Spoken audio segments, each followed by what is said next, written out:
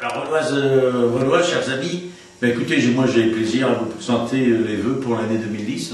C'est devenu presque une coutume. Alors, l'année 2009 est terminée avec ses joies et puis malheureusement aussi ses peines. Alors, évidemment, 2009 est une année difficile, avec la crise financière qui a entraîné pas mal de suppressions d'emplois, qui a entraîné du chômage, et c'est malheureusement pas fini. Paraît-il que les profits remontent, mais enfin, c'est certainement pour les plus riches. Alors, localement, on a quand même réussi à travailler, et c'est heureux, grâce aux partenaires habituels. Les partenaires habituels, c'est le département et la communauté d'agglomération de la Porte du Hainaut, autrement dit, la CAPH. Alors, de toute façon, ça vous le savez, puisque le bulletin municipal vous parlait régulièrement. Et puis d'ailleurs, je vous invite à la cérémonie des vœux du maire, qui aura lieu le mercredi 6 janvier à 17h30 à la salle des fêtes, où là, vous aurez le rendu complet de tout ce qu'on a fait et de toutes les manifestations qui ont lieu dans le village en l'année 2009. Ça doit être, c'est quand même intéressant. Alors, on a eu dernièrement deux analyses financières. Deux analyses financières par deux bureaux différents.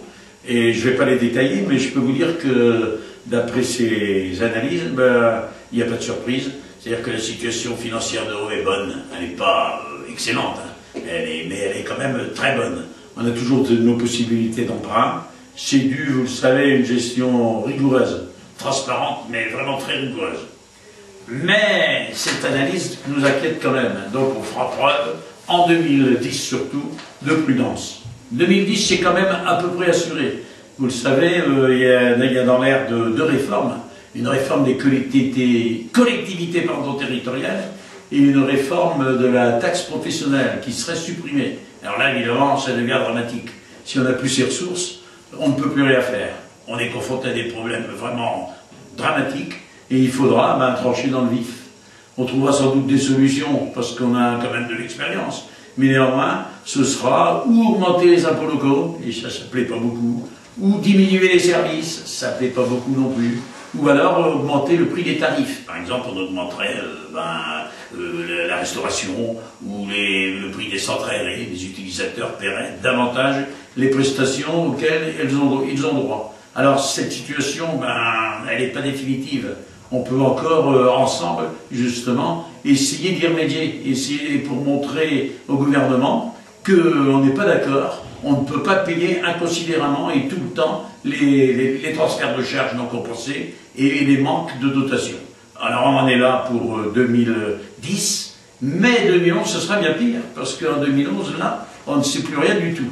On est encore carrément dans le vague, carrément dans le flou, dans l'ignorance. Et là, je pense qu'on va lourdement payer. En attendant, sachez qu'on est quand même toujours disponible, toujours à votre écoute, et le maire et son équipe municipale, et le personnel d'Heureux, qui là aussi fait beaucoup pour la population. Il y aura bientôt un recensement, on est certainement largement au-dessus des 3500 habitants, on a de bons aménagements, il faudra les faire fonctionner, et c'est là justement qu'on devra être bon. On devra limiter, maîtriser au maximum le fonctionnement. En tous les cas, et sans aller plus loin, moi je souhaite que l'on puisse continuer à aménager notre village comme on a su le faire depuis quelques années, pour répondre aux besoins des gens, et puis réussir à entretenir notre patrimoine, soutenir nos associations qui le méritent bien, parce qu'on a besoin évidemment des bénévoles qui font un bon travail, et maîtriser le fonctionnement. Ceci dit, tous nos vœux de bonheur, de réussite pour l'année 2010 à toutes et à tous.